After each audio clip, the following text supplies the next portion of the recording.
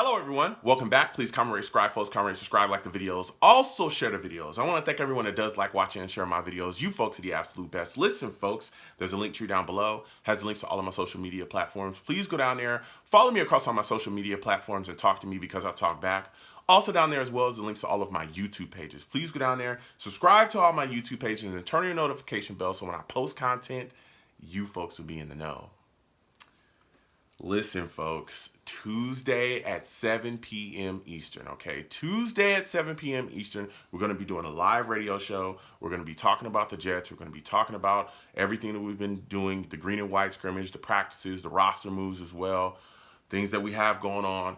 Call in. I love going back and forth with folks about this football team. So with all that said and done and put to the side, I'll come to talk to you folks today about Zach Wilson, Mekhi Becton, and the New York Jets training camp, man. There's been a lot of things going on, okay? We're just coming off the green and white scrimmage, where things look really good. Zach Wilson looked really good. He was 12 of 19 on the day. He had a touchdown. He had an interception. But he was moving things to the offense. He did have, some errant throws. But again, that's as you just continue to work out the kinks.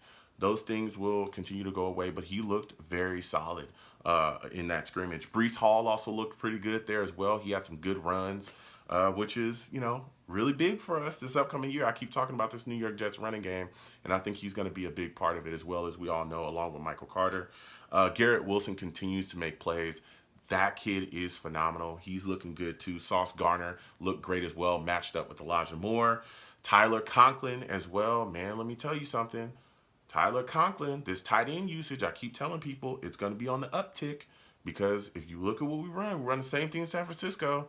Those guys are utilizing their tight ends pretty effectively. We've got guys here and we're utilizing them effectively as well, and I think we'll continue to see that as, the offseason continues to roll into the season. Bryce Hall also looked good as well defensively at corner. A lot of people want to shove him in the closet, but I'm telling you, that guy's going to continue fighting and battling. So him and Sauce, side by side, they're looking good. Again, DJ Reed dealing with that hamstring injury, so he's taking his time to come back. Also in attendance was Duane Brown. A lot of talk about him, and we're going to talk a little bit more about him in a second. But Duane Brown is a guy that I think, the New York Jets continue to be interested in. Here's a guy that can come in, fill in and tackle. Just continuing to build offensive line depth is what I think Joe Douglas is, looking to effectively do. And Duane Brown's a guy that we can bring in. So we'll see if the New York Jets can actually get him signed. Again, at the time that this is being filmed, he is not under contract with the New York Jets at this point, but he was at the green and white scrimmage, and the talks are, still going on. And we've seen Joe Douglas, same thing with K'Wan Alexander, constantly talking, and then he was able to get him. We'll see if that happens with, Duane Brown. And Conor McDermott as well suffered an injury, ankle injury. It looked a little rough. He was kind of, walking gingerly off the field. But then, going into today's practice, we find out, hey, it's a 1 to 2 week injury dealing with an ankle situation. So we'll get him back soon. Again, that's a guy, that's in some depth position here with us. And, he can fill roles. It's been a little up and down this offseason, but, he's still a guy that we can throw in there. So it's good to see that we'll get him back. And I believe it's 1 to 2 weeks. So we'll see what's going forward. Now, as we go into today's practice, boy, oh boy, Mekhi Becton, man, he's dealing with another injury to his right knee. Went down today after falling backwards. It was a running play. JFM, John Franklin Myers, hit him.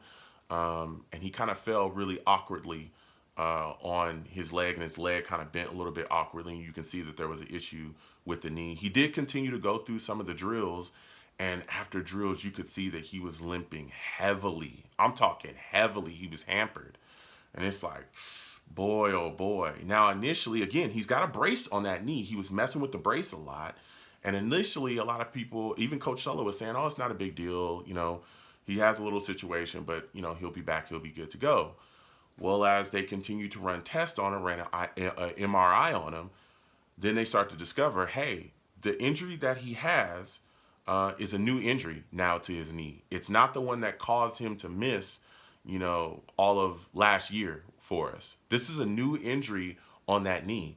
Now, again, at the time that I am filming this, okay, and talking about this, they're still running tests on him. So they're still, going to figure out some more things. But I think that the concern has been elevated just a little bit here, trying to figure out, what's going on with Becton's right knee with that new injury, the timetable, and all of that's going to come out. I am hoping, I am praying that we do not miss Mekhi Becton for a significant amount of time, okay? Maybe a week. Hey, let's do it. Sit this guy down. Again, with that, we got a preseason game around the corner, okay? We do. I have no issues with him missing that game and sitting down until that knee is 100%. Ice it and let him sit down. I don't want this guy missing significant time. This is a big year for him. This is a big year for us. I just don't want anything crazy, okay? I don't want nothing, all right? So I'm hoping that Mekhi Becton misses no time or very little time until he can get back out there on the field. I don't want him rushed out there, but I'm just waiting to see what's going on with that right knee because, man, we saw him. He missed all last year. Everyone's fired up for him this year. He's coming into camp. He's ready to go. He's pushing. He's ready to prove people wrong, and I just don't want to see this injury kind of curtail that situation. So we'll see, and as news comes out again, we'll definitely be talking about it. Now you look at the situation with Duane Brown, and you start to wonder, is this going to open JD's eyes where, hey, maybe Duane is looking at a certain amount of money, and will JD be able to kind of meet that, and not kind of go back and be cheap and kind of wheel and deal. It's like, hey, look, now we have a significant need. If Mekhi Becton is going to miss some time, will he try to get the deal done with Duane Brown as quickly as possible and maybe meet his demands, maybe pay a little bit over than he would because of the need for Duane Brown? Or maybe we look at this situation at tackle and go, hey, maybe we bring in Max Mitchell. Here's a guy that can play some tackle too. So there's maybe some shakeup along the line, again, depending on how much time we'll be missing Mekhi Becton for. But there's, some questions to be had. I'm just hoping, again, that we don't miss a lot of time from Mekhi Becton. Now, the New York Jets did sign Caleb Benoch. Again, I may have butchered that name. He was a guy that was on the Saints practice squad. A guy that can come in, be some, solid offensive line depth. I think at this point he's just a guard, a guy that plays some guard. So we'll see what we get from him. Again, JD, just continuing to work the phones, trying to feel the depth of this offensive line the best that he can. So we'll see what happens going forward. You also look at this practice, and let me tell you, Zach Wilson was wheeling and dealing in his practice too. He looked pretty good.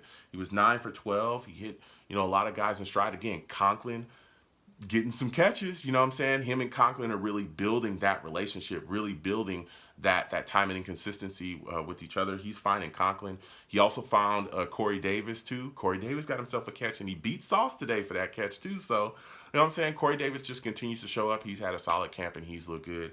And Carter as well, he hit Carter too. So things are really working well up front offensively. I'm just a little worried about this offensive line and what's going to happen with Mekhi Becton going forward and just them gelling. Because again, the more time that people miss on this line, it's really hard for them to gel when guys are not playing. So we'll see what happens going forward. Listen, comment down below. Let me know what you folks think. How do you folks feel about this situation with Mekhi Becton? What are your thoughts about his knee injury? What are your thoughts about Zach's performances so far? How are you feeling about Sauce, man? Sauce has been playing very well, I ain't going to lie.